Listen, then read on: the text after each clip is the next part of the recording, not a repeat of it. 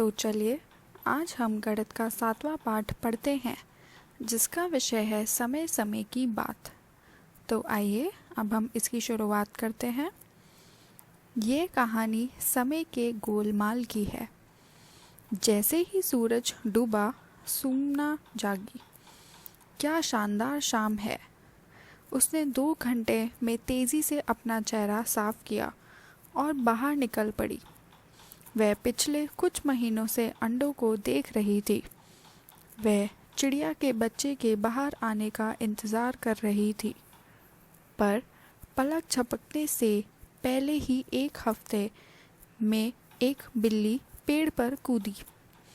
चिड़ियों की माँ जोर से चिल्लाई और सुमना दौड़ी ताकि बिल्ली को भगा सके।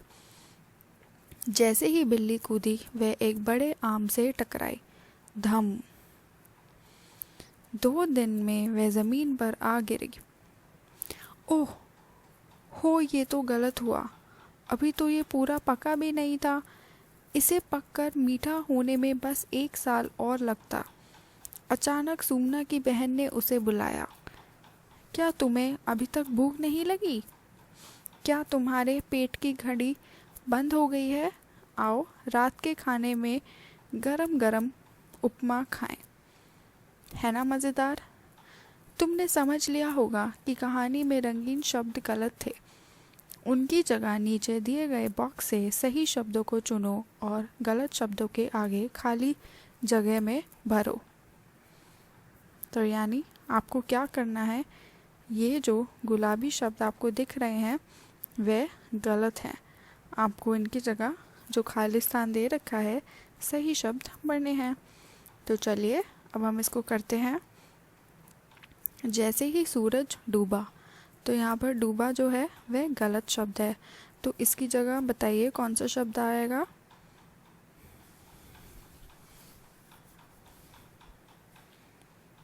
जैसे ही सूरज उगा, तो यहाँ पर उगा लिख दीजिए।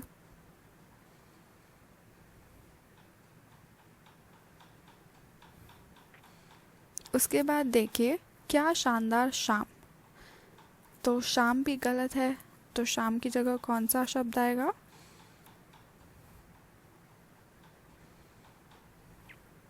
सुबह आएगा, तो जल्दी से सुबह लिख दीजिए।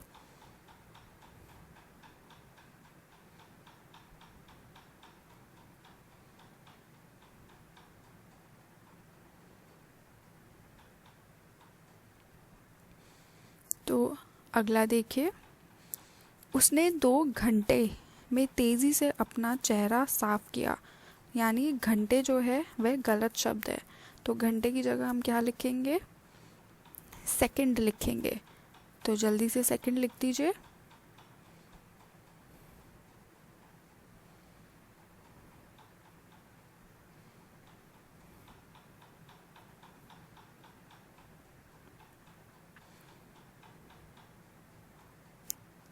अब अब अगला देखिए, वे पिछले कुछ महीनों से, महीनों यानी ये शब्द गलत है, तो महीनों की जगह आप क्या लिखेंगे, वे पिछले कुछ दिनों। सही, दिनों शब्द आएगा यहाँ पर, तो दिनों लिख दीजिए।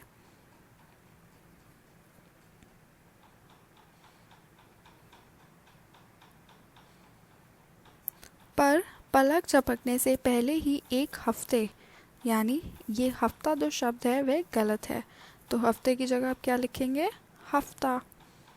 यानी ये हो जाएगा, पर पलक झपकने से पहले ही 1 हफ्ता में एक बिल्ली पेड़ पर कूदी। तो जल्दी से हफ्ता लिख दीजिए।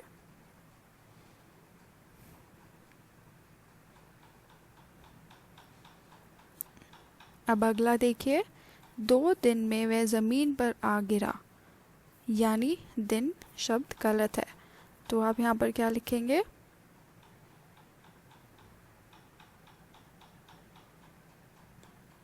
दो पल। 2 पल में वह ज़मीन पर आ गिरा।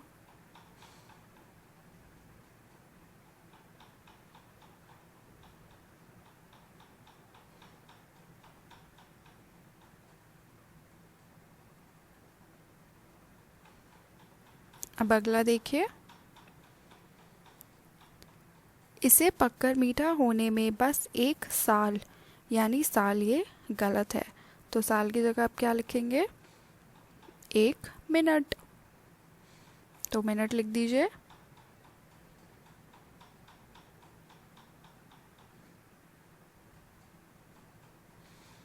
एक मिनट और लगता। उसके बाद आता है आओ रात के खाने, यानी रात के खाने गलत है। तो इसकी जगह आप क्या लिखेंगे? नाश्ते। आओ नाश्ते में गरम गरम उपमा खाएं। तो चलिए अब हम आगे बढ़ते हैं।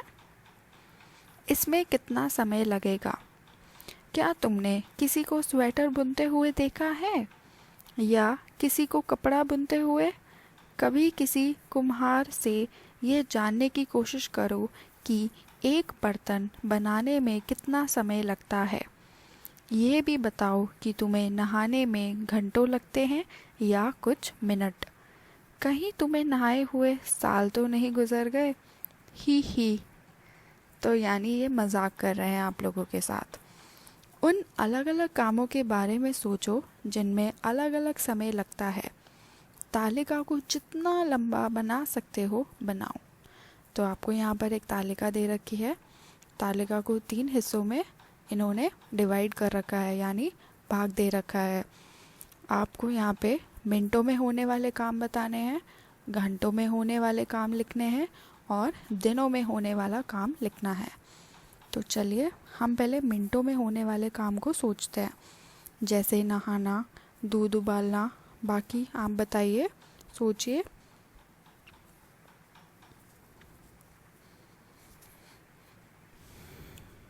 ये तो बहुत सारे हो सकते हैं।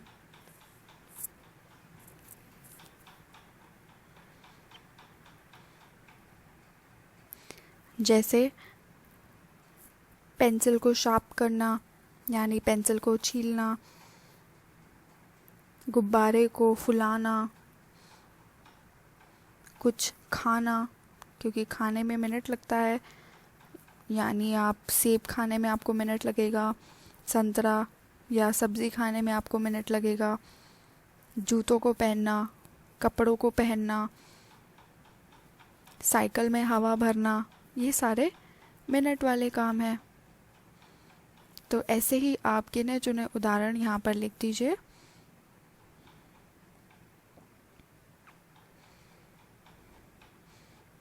अगला देखिए, घंटों में होने वाले काम। तो घंटों में कौन से काम होते हैं? जैसे कमीज़ की सिलाई, दही जमाना, एक दिन का स्कूल। और आप बताइए, सोचिए।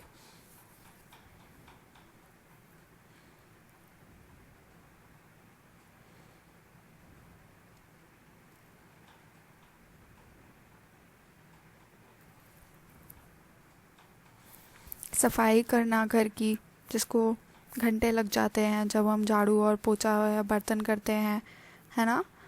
या फिर दिन को रात होने में, रात को दिन होने में भी घंटे लगते हैं। आपको अपना स्कूल का होमवर्क करने में कभी कभी उसमें भी बहुत घंटे लग जाते हैं। पढ़ाई करने में भी हमें घंटे लग जाते हैं। आइसक्रीम को अगर कोई बनाता है उसमें भी हमें घंटे लग जाते हैं। और पेंटिंग बनाने में, उसमें भी हमें बहुत घंटे लग जाते हैं। तो ये कुछ उदाहरण हैं। ऐसे ही आपको अगला तालिका बताना है कि दिनों में होने वाले काम, जैसे स्वेटर बुनना, साड़ी बुनना, केले का पकना। बाकी आप बताइए।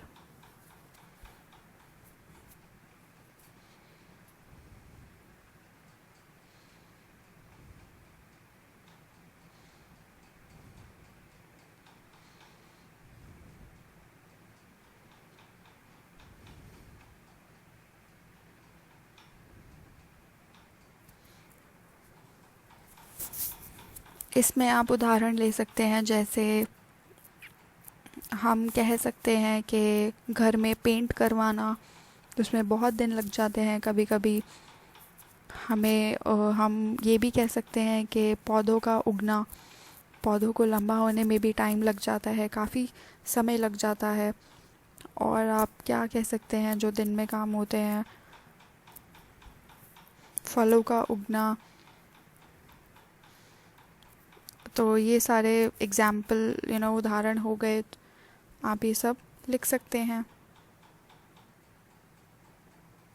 साड़ी का बुनना, स्वेटर को बुनने में भी दिन लग जाते हैं, तो आप ये उदाहरण यहाँ पर लिख सकते हैं।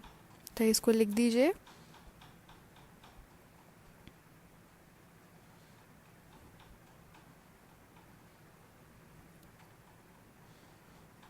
अब हम आगे चलते हैं। ऐसे और काम सोचो, कुछ जल्दी होने वाले, कुछ धीरे धीरे होने वाले, सेकंडों में होने वाले। जैसे मेरी पलक झपकना, मेरा चुटकी बजाना, मेरा दवाई निगलना, फल का पेड़ से नीचे गिरना। बाकी के दो आप सोचकर बताइए जो सेकंड में हो सकते हैं।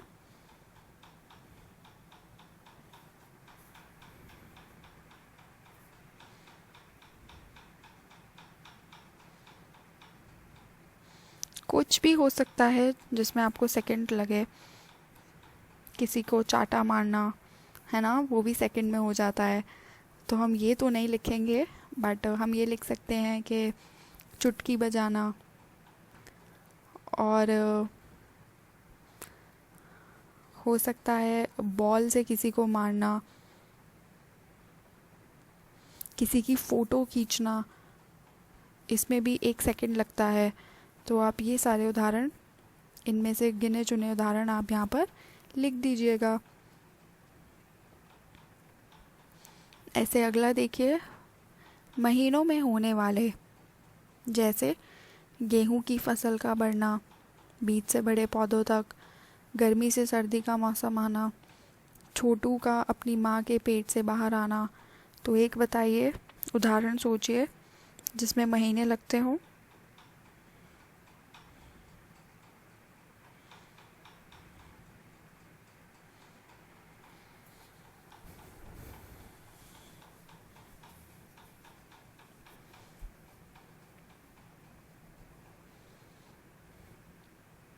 घर को बनाने में हमें महीने लग जाते हैं, रोड को बनाने में हमें महीने लग जाते हैं, और आप किसी को किताब लिखने में भी महीने लग जाते हैं। तो आप ऐसे उदाहरण यहाँ पर लिख दीजिएगा। तो चलिए अब आगे बढ़ते हैं। कितनी तालियां, लपकने से पहले। इस खेल को खेलो। हवा में पत्थर फेंको, इसे लपकने से पहले 1 बार ताली बजाओ। अब लपकने से पहले 2 बार ताली बजाओ, उसके बाद ताली और बढ़ाते जाओ। पत्थर को पकड़ने से पहले तुम कितनी बार ताली बजा सकते हो? ता थई, अलग तरह से बजाओ। 2 बार ताली बजाओ और कहो 1 2। ताली बजाओ और बोलो 1 2 1 2 1 2। या कहो ता थई ता थई ता थई। अब अपना पैर भी ज़मीन पर पटको और बोलो बायां दायां, बायां दायां, बायां दायां। अब 3 ताल में ताली बजाओ। 1 2 3, 1 2 3, 1 2 3। बोलो ता थई तत, ता थई तत, ता थई तत। क्या तुम अपना पैर ऐसे पटक सकते हो? बायां दायां बायां, बायां दायां बायां, बायां दायां बायां। तुम में से कितने बच्चे ताली के साथ बोलते हुए पैर भी पटक सकते हैं? तो ये आप खेल खेलेगा अपने मित्रों के साथ और देखिएगा कि कितने बच्चे कर पाते हैं ऐसे और कितने नहीं। और फिर आपको क्या पता लगाना है ये भी पढ़ लेते हैं। क्या तुमने लोगों को तबला या ढोल बजाते हुए सुना है? पता लगाओ कि वे किस किस तरह के ताल बजाते हैं। यह भी पूछो कि इन तालों में वे कौन से बोल कहते हैं। तो ये आप किसी ढोल वाले से ही पूछेगा। अब हम आगे बढ़ते हैं। हम कितने बड़े हैं? अपनी नानी, अपनी माँ और अपनी उम्र का पता लगाओ और खाली स्थान भरो। आपको यहाँ पर खाली स्थान भरना है। जैसे आज मेरी उम्र, यहाँ पर अपनी उम्र रख ली है। आज मेरी माँ की उम्र, आज मेरी नानी की उम्र, मेरे पैदा होने पर मेरी माँ की उम्र, मेरे पैदा होने पर मेरी नानी की उम्र, मेरी माँ के पैदा होने पर मेरे नानी की उम्र। तो ये भी आपको अपने घर वालों से पूछकर ये भरना है। तो ये कर लीजिएगा अपना गृह कार्य। तो अब हम ये छोटी सी पहेली पढ़ते हैं। इरफान की माँ उससे 2 गुनी उम्र की है, वह उससे 20 साल बड़ी भी है। इरफान और उसकी माँ की उम्र का अंदाज़ा लगाओ। तो बताइए ये कैसे करेंगे आप?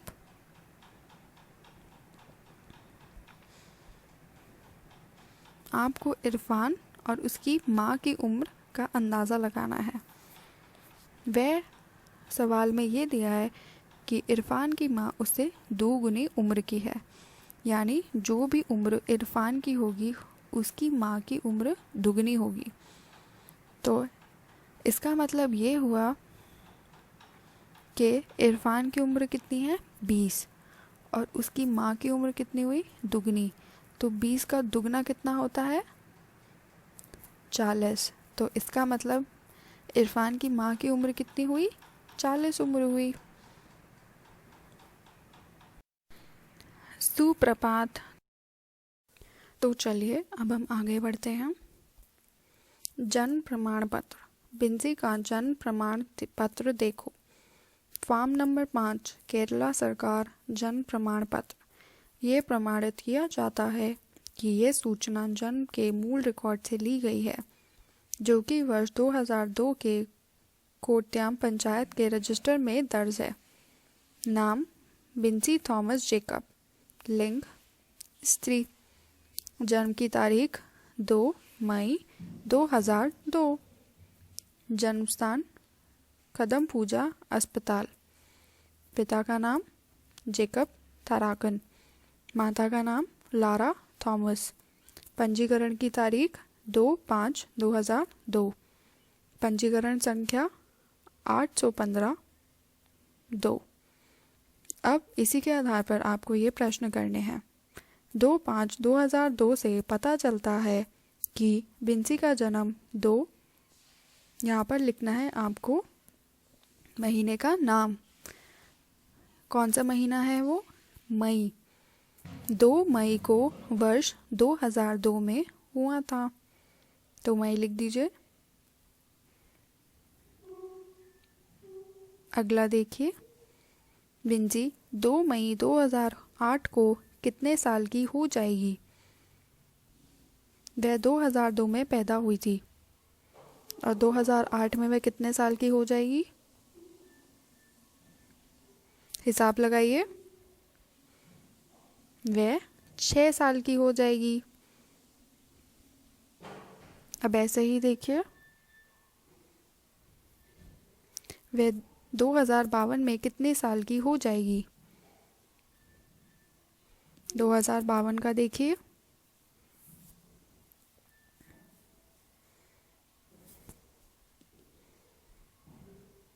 2052 में वह 50 साल की हो जाएगी। तो हमने ये कैसे किया? हमने 2052 में से 2002 को घटा दिया। तो जब आप 2052 में से 2002 को घटा देंगे तो आपको पता चल जाएगा कि उसकी उम्र कितनी होगी। तो 2052 में से 2002 गए तो कितना हुआ? 50 बचेगा। तो यानी वह 2052 में 50 साल की हो जाएगी। अब अगला देखिए, वह किस तारीख को 8 साल की हो जाएगी? संख्याओं में लिखो। अब वह 6 साल की 2008 में हुई थी, तो 8 साल की अब वो कितनी हो जाएगी? 2 मई 2010 में। तो यहाँ पर 2 मई 2010 लिख दीजिए। आशा है कि आपको समझ में आ गया होगा कि 10 साल कैसे आया है, क्योंकि 2002 में वह 1 साल की थी, 2008 में वह 6 साल की थी, और 8 में 2 और जोड़ दें तो वह हो जाएगा 2010।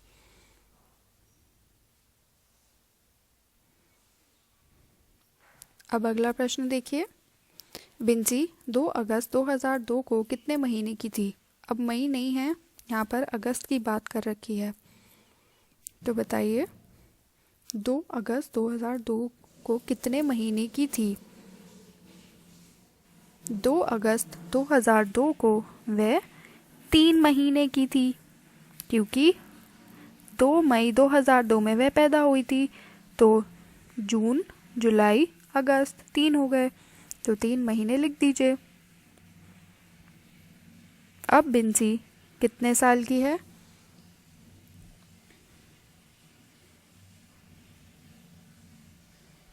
बिंसी कितने साल की है? अंदाज़ा लगाइए।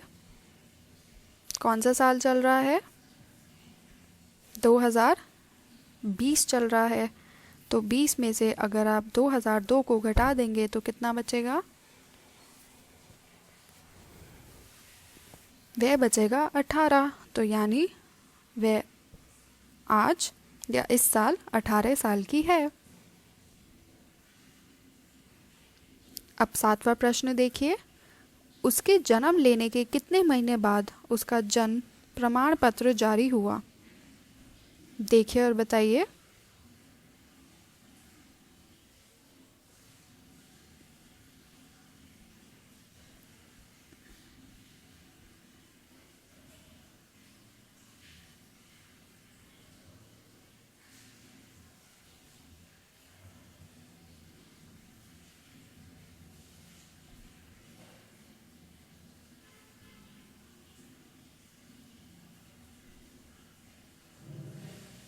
तीन महीने और 3 दिन में, ये इसका जवाब होगा।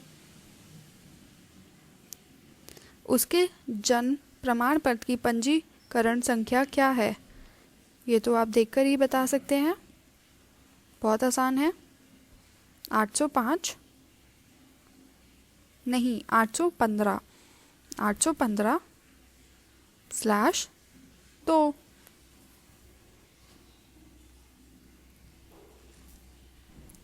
पता करो तुम्हारा जन्म कब हुआ। अब अपना जन्म का दिनांक और महीना यहाँ पे लिखिएगा। अपने जन्म की तारीख को संख्याओं में लिखो। क्या तुम्हारे पास भी जन्म प्रमाण पत्र है? अपने बड़ों से पूछो और अपने लिए एक प्रमाण पत्र बनाओ।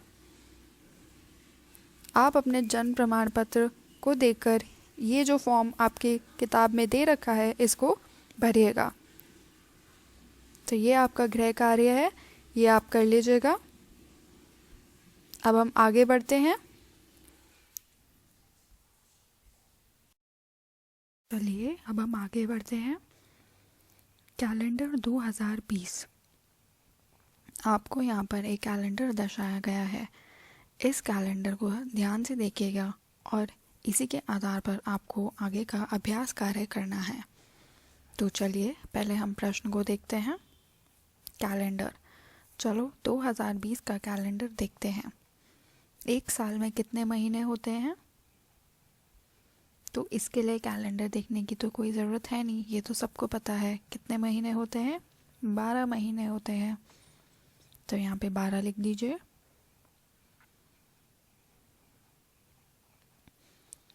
अब दूसरा प्रश्न है, उन महीनों की सूची बनाओ जिनमें 30 दिन होते हैं। तो आप कैलेंडर देखिए और उन महीनों को देखिए जिसमें सिर्फ 30 दिन ही होते हैं। तो कौन से हैं? वे है अप्रैल, उसके बाद जून, उसके बाद सितंबर, उसके बाद नवंबर। तो ये महीने लिख दीजिए।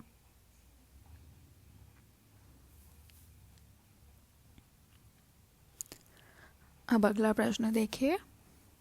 उन महीनों की सूची बनाओ जिनमें 31 दिन होते हैं। यानी वे कौन से हैं?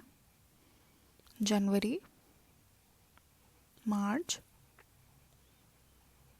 मई, जुलाई, अगस्त,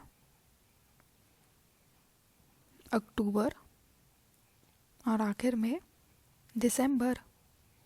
तो ये यहाँ पर लिख दीजिए। अब आगे का देखिए। इस साल फरवरी के महीने में कितने दिन हैं? तो फरवरी का महीना देखिए, उसमें कितने दिन हैं? 29 दिन हैं। तो 29 लिख दीजिए। ऐसे ही अगला प्रश्न देखिए। एक सप्ताह में कितने दिन होते हैं? बताइए। एक सप्ताह में 7 दिन होते हैं। तो 7 लिख दीजिए।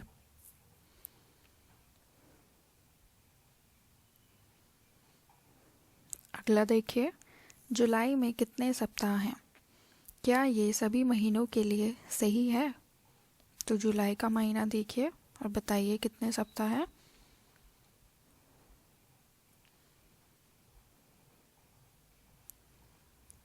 चार सप्ताह हैं।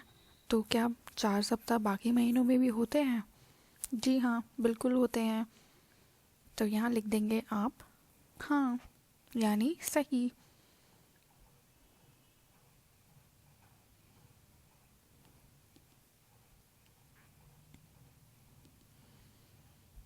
अब अगला देखिए। कौन से महीने में तुम कक्षा 3 में आए थे? यानी जब आपकी तीसरी क्लास कौन से महीने में स्टार्ट हुई थी? तो वह होती है अप्रैल। तो अप्रैल लिख दीजिए।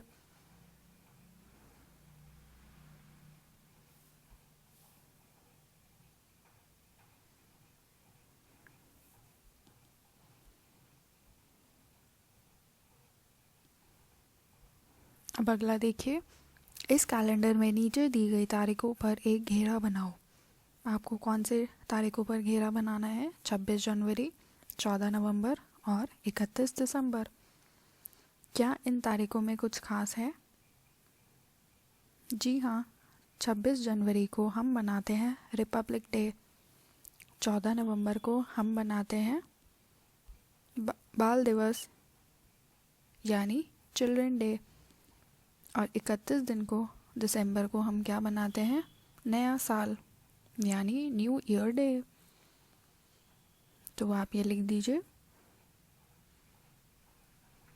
रिपब्लिक डे को हम बोलते हैं गणतंत्र दिवस।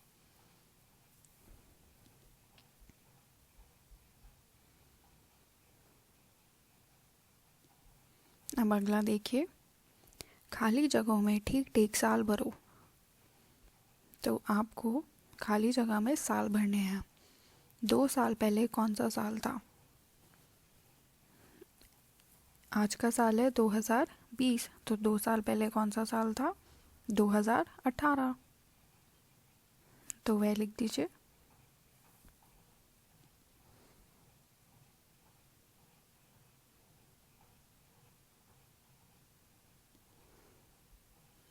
कौन से साल में तुम कक्षा 2 में थे? तुम 2020 में कक्षा 3 में हो। तो यानी 2019 में आप कक्षा 2 में थे। तो 2019 लिख दीजिए।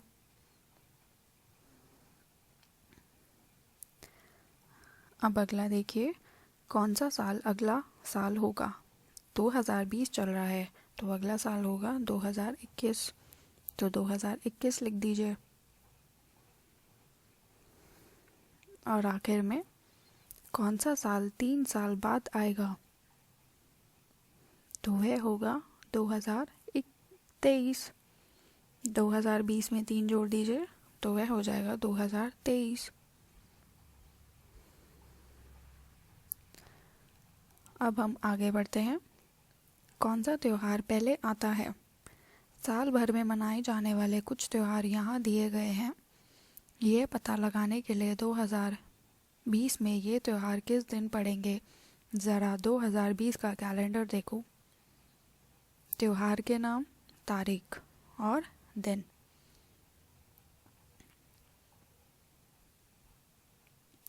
तो आपको इसमें क्या करना है, आपको कैलेंडर देख के यहाँ पर दिन लिखना है। यानी 14 नवंबर को दीपावली है, परंतु उसका कौन सा दिन पड़ेगा कैलेंडर में देखिए, वह होगा शनिवार। तो यहाँ पर शनिवार लिख दीजिए। ऐसे ही 15 जनवरी को पोंगल मनाते हैं, तो 15 जनवरी को कौन सा दिन है कैलेंडर में देखिए, वे है बुधवार। तो बुधवार लिख दीजिए।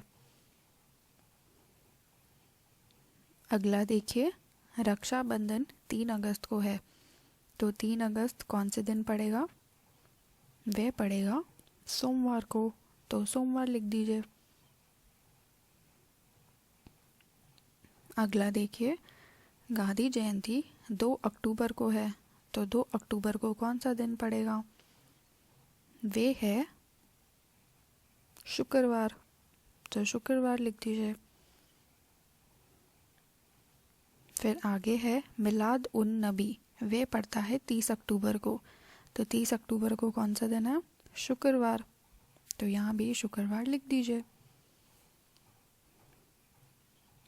अगला है ओणम, जो पड़ता है 31 अगस्त को, तो 31 अगस्त को कौन सा दिन है, वे है सोमवार। तो सोमवार लिख दीजिए। आगे गुरु नानक जयंती, ये हम मनाते हैं 30 नवंबर को, तो 30 नवंबर को कौन सा दिन है, सोमवार। तो सोमवार लिख दीजिए। अगला है गुरु रविदास जयंती, ये हम मनाते हैं 9 फरवरी को, तो 9 फरवरी को कौन सा दिन है, रविवार। तो रविवार लिख दीजिए।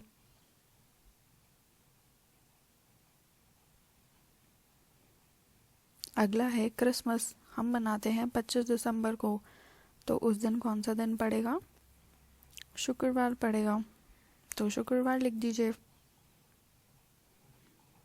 और आखिर में है बिहू, जो पड़ता है 14 अप्रैल को, तो वह कौन सा दिन पड़ेगा, मंगलवार। तो मंगलवार लिख दीजिए। त्योहारों को उस क्रम में रखो जिस क्रम में वे साल में आते हैं। तो ये तो आपके लिए बहुत आसान हो जाएगा, आप तालिका को देख के त्योहारों का सही क्रम में लिख सकते हैं। यानी सबसे पहले आएगा पोंगल, फिर आएगा गुरु रविदास जयंती, फिर आएगा मिलाद उल नबी, फिर बिहू, फिर रक्षाबंधन, फिर आएगा आपका ओणम, फिर गांधी जयंती, फिर अगला है दिवाली, फिर अगला है गुरु नानक जयंती, और आखिर में है आपका क्रिसमस। तो अब अगला प्रश्न देखिए, कौन सा त्योहार साल की शुरुआत में आता है, तो वह बहुत आसान है, जो है पोंगल। और अगला क्वेश्चन, कौन सा त्योहार साल के अंत में आता है, वह त्योहार है क्रिसमस। तो क्रिसमस लिख दीजिए। तो अब हम आगे बढ़ते हैं। कैलेंडर का जादू, ये रहा फरवरी 2019 का कैलेंडर। चलो कैलेंडर पर एक चौकोर बनाते हैं और कुछ जादू देखते हैं। कौन सी संख्या इस चौखाने के बीच में है, तो आपको ये पीला चौकोर दिख रहा होगा। कौन सी संख्या इस चौखाने के बीच में है, वे है 13। 3 संख्या को एक रेखा बनाकर मिलाओ। यह रेखा ऐसी होनी चाहिए कि यह बीच की संख्या से होते हुए गुजरे। इस तरह की कितनी रेखाएं खींच सकते हो? इन सभी रेखाओं पर अड़ने वाली 3-3 संख्याओं को जोड़ो। तुमने क्या देखा? तो ये जोड़ के देखिए, 5, 13 और 21, वह कितना बनेगा? 39। अगला देखिए, 6, 13, 20, ये भी बनेगा 39। 19, 13, 7, ये भी कुल मिलाकर क्या बनेगा? 39। 12, 13, 14, तो वे भी क्या बनेगा? 39। तो अब अगला, तो इसमें ये प्रश्न पूछा है तुमने क्या देखा? हमने ये देखा कि सारी संख्याओं को जब हमने जोड़ा तो हर का उत्तर सबका बराबर आया। अब हम अगला प्रश्न देखेंगे। अब 2020 के कैलेंडर को देखो। अभी जो महीना चल रहा है उसे भी कैलेंडर में देखो और ऐसा ही एक चाकोर अपने कॉपी में बनाओ। क्या ये जादू फिर भी काम करता है? तो आप कोई सा भी महीना लीजिए और उसमें यही चीज़ आजमा कर देखिए और फिर आपको ये देखना है कि क्या ये जादू वहाँ भी चलता है। यानी अगर आप 3 संख्याओं का नंबर लेंगे, जोड़ेंगे, तो क्या उनका जवाब भी सही यानी सेम बराबर आएगा बाकी के नंबरों से? तो ये करके देखिएगा और जहाँ तक मुझे लगता है कि हाँ, बराबर ही आएगा। अब अगला प्रश्न है, क्या ये जादू 10 गुणा 10 संख्याओं वाले एक चार्ट पर भी काम करेगा? एक बार फिर से संख्याओं के खेल वाले अध्याय को देखो और इसकी जांच करो। तो आप 10 गुणा 10 वाला नंबर चार्ट ले सकते हैं और उसका कोई सा भी बॉक्स में उन नंबरों को जोड़ सकते हैं और आप देखिएगा कि क्या वहाँ के नंबर भी बराबर आते हैं जो बाकी की नंबरों को आप जोड़ेंगे। अगर बराबर आते हैं तो मतलब जादू वहाँ पर भी काम करेगा। तो ये आपका हो गया खेलने का कार्य, तो इसको करिएगा और हमें बताइएगा। अब हम आगे बढ़ते हैं, कुछ और जादू। मैं इस खाने की 5 संख्याओं को एक चुटकी में जोड़ सकता हूँ। तभी दूसरा बच्चा बोलता है, ओह, इसमें तो कुछ समय लगेगा। तभी वह पहला बच्चा बोलता है, कुल 85 हुए। तो वह बच्चा चौंक जाता है कि इतनी जल्दी, लेकिन तुमने इसे किया कैसे? तभी वह बच्चा बोलता है, आसान है, बस बीच वाली संख्या को 5 से गुणा कर दो। तो हम इसका टोटल यानी कुल मिलाकर बता पाएंगे। देखो, क्या यही जादू उन दूसरी रेखाओं के लिए भी काम करता है जिनमें 5 संख्याएं हैं? अगर 5 संख्याओं से गुजरती एक तिरछी रेखा खींचे और उन संख्याओं को जोड़े तो क्या होगा? ये जादू दिखाकर अपने परिवार के लोगों और दोस्तों को चौंका दो। क्या तुम्हें इस कैलेंडर में जादू के कुछ और पैटर्न दिख रहे हैं? तो ये आप करके देखिएगा।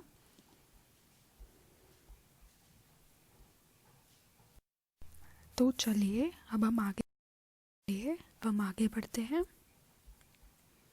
पेड़ की देवी की सच्ची कहानी। मेरी समय रेखा। मेरा नाम पेड़ की देवी है। मैं धनबाद जिले यानी झारखंड के एक गांव में रहती हूँ। मुझे कभी भी स्कूल जाने का मौका नहीं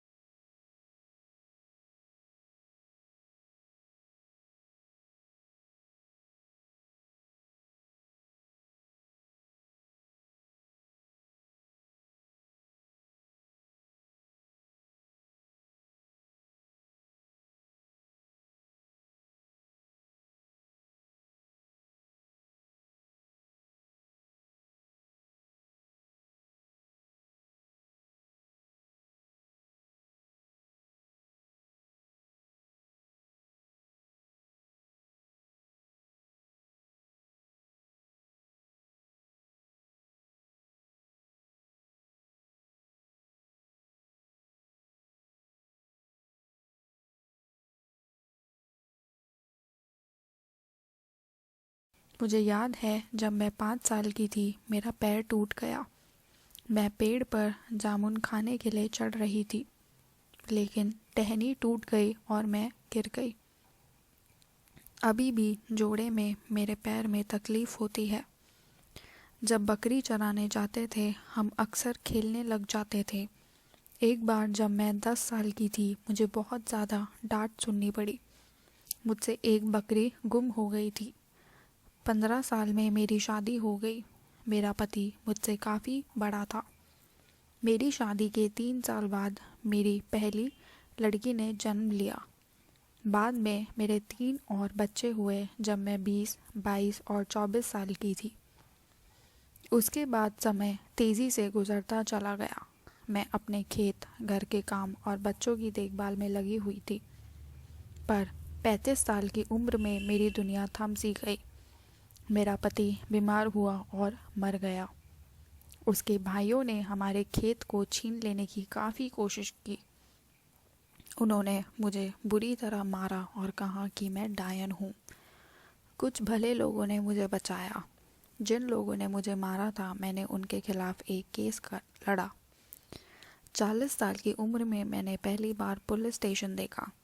जब मैं 45 साल की हुई तब मैंने पढ़ना लिखना सीखा। 2 साल बाद मैंने अपनी सबसे बड़ी बेटी की शादी की। अब मैं 50 साल की हूँ। मैं अपने नाती के साथ खेलना पसंद करती हूँ। मेरे 2 बच्चे स्कूल में पढ़ रहे हैं। तो आशा है कि आपको ये पेड़ की देवी की कहानी समझ में आई होगी।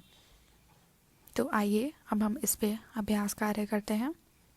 कुछ चीज़ें जो पेड़ की देवी की ज़िंदगी में हुई वह यहाँ नीचे दी गई हैं। उसकी समय रेखा पर बनाऊं। उदाहरण के लिए जब वह 5 साल की थी पेड़की ने अपना पैर तोड़ लिया, तो हम समय रेखा पर 5 पर क का निशान लगाएं।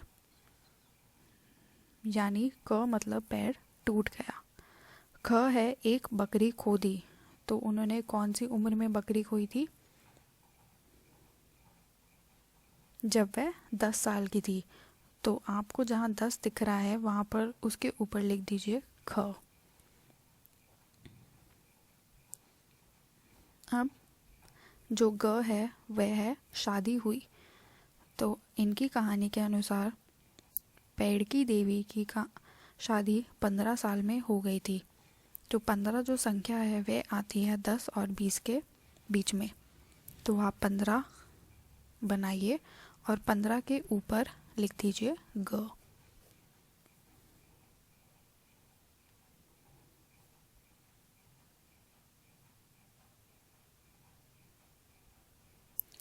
चौथे बच्चे का जन्म हुआ। चौथे बच्चे का जन्म हुआ था 24 साल में। तो 24 जो आता है वह आता है 20 और 30 के बीच। तो अब 20 और 30 के बीच में 24 लिखिए और उसके ऊपर लिखिए घ। फिर ड़ में है पहली बार पुलिस स्टेशन देखा। तो कौन सी साल में पेड़ की देवी ने पुलिस स्टेशन देखा? 40 साल की उम्र में पेड़ की देवी ने पुलिस स्टेशन देखा। यानी जहाँ 40 लिखा है उसके ऊपर लिख दीजिए ड़।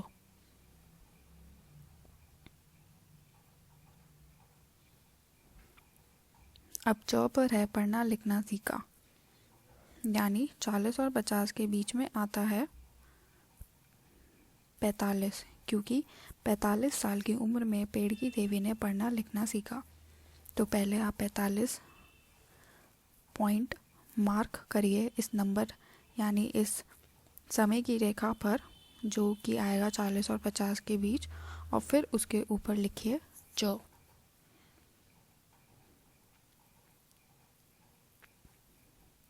उसके बाद छ पर है सबसे बड़ी लड़की की शादी हुई। यानी जब वह 45 साल की थी तब पेड़ की देवी ने पढ़ना लिखना सीखा और 2 साल बाद उन्होंने अपनी बड़ी बेटी की शादी की। तो 45 में 2 जोड़ दीजिए, वह हो जाएंगे 47। अब 45 और 50 वाली संख्याओं के बीच में 45 यानी 47 संख्या बनाइए और 47 संख्या को बना के उसके ऊपर लिखिए 6। तो यहाँ आपकी समय रेखा पेड़ की देवी की तैयार हो गई है।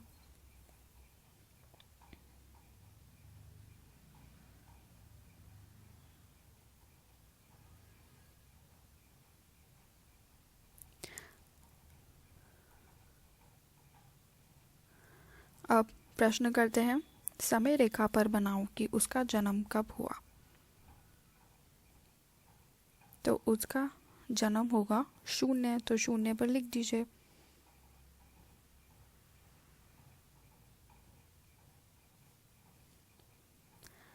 पैदा होने के तुरंत बाद पेड़ की कैसी लगती होगी, उसका चित्र खाली खाने में बनाओ। आपको एक खाली खाना दिख रहा है, वहाँ पर पेड़ की देवी का आप चित्र बना सकते हैं। अब ऐसे ही आगे करिए। अपनी समय रेखा बनाओ, अपने आसपास के लोगों से पूछो और अपनी ज़िंदगी के हर साल में हुई काम से कम एक घटना को लिखो। तो ये आपकी समय रेखा है जो नीले लाइन में आपको दिख रही है। अपनी ज़िंदगी के हर साल में कोई हुई कम से कम एक घटना को लिखो। तो आपकी ज़िंदगी में कोई भी घटना आप यहाँ पर लिख सकते हैं, जो भी आपको अच्छी लगती हो। फिर अगला, जिन लोगों को तुम पसंद करते हो उनकी समय रेखा बनाओ। ये लोग तुम्हारे परिवार के लोग, दोस्त या शिक्षक हो सकते हैं। तो यहाँ आपने अपनी समय रेखा बना ली। जैसे आप अपनी समय रेखा बनाएंगे उसी जैसी आप अपने दोस्त या अपने परिवार के लोगों की समय रेखा भी बना सकते हैं। उन समय रेखा पर आप वह लिख सकते हैं जो उनकी ज़िंदगी में घटना हुई हो। अब हम आगे पढ़ते हैं। कुसुम की ज़िंदगी का एक दिन। चलो देखते हैं कि कुसुम हर रोज़ क्या करती है। हर चित्र के लिए समय को लिखो। कुछ चित्रों के लिए समय लिखा हुआ है और उसे तुम्हें घड़ी की सुइयों को बनाना है, जबकि दूसरे चित्रों के लिए घड़ी जो समय दिखा रही है उस समय को लिखना है। तो आइए अब हम इसे करते हैं। सबसे पहले कार्य जो कुसुम करती है वह सुबह सुबह उठ जाती है। तो कितना टाइम हो रहा है घड़ी में, बज रहा है 6। तो 6 लिख दीजिए, 6।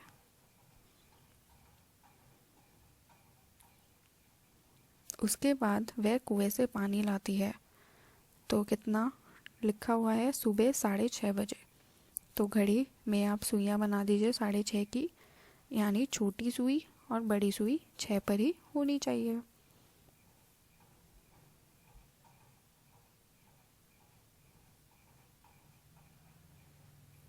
फिर अगला है घर साफ करती है। तो वह कितने बजे घर साफ करती है, 7:30 बजे। तो 7:30 लिख दीजिए।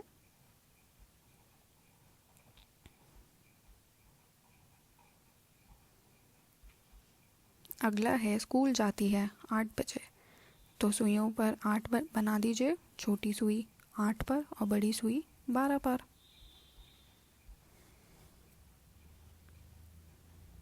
फिर अगला देखिए, स्कूल में पढ़ती है कितने बजे, 10 बजे। तो 10 बजे लिख दीजिए।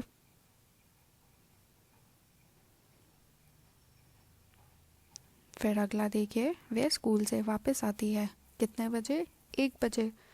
तो 1 बजे का टाइम घड़ी में बना दीजिए, छोटी सुई 1 पर, बड़ी सुई 12 पर।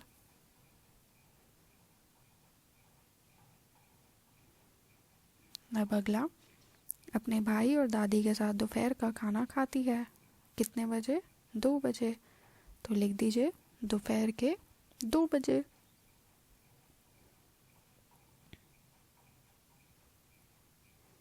अगला देखिए, अपने दोस्तों के साथ खेलती है कितने बजे, शाम 5:30 बजे। तो 5:30 घड़ी में बना दीजिए, छोटी सुई 5 पर, बड़ी सुई 6 पर। और आखिर में, वह सोने से पहले अपनी दादी से एक कहानी सुनती है कितने बजे, 9 बजे। तो 9 बजने वाली सुइयां बना दीजिए, छोटी सुई 9 पर, बड़ी सुई 12 पर।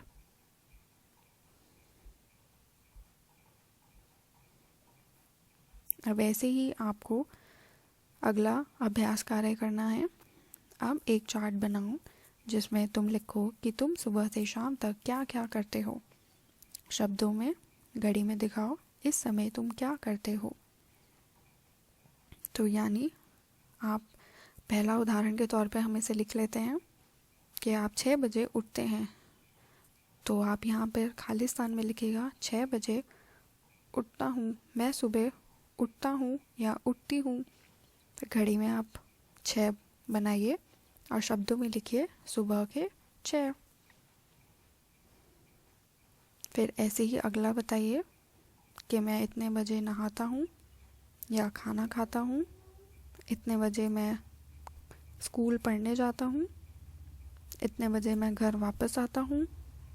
ये सारे आपको अपने दिनचर्या के कार्य यहाँ पर लिखने हैं और इसी तरीके से आपको ये पूरी तालिका करनी है। आशा है कि आपको ये पाठ अच्छे से समझ में आया होगा। धन्यवाद।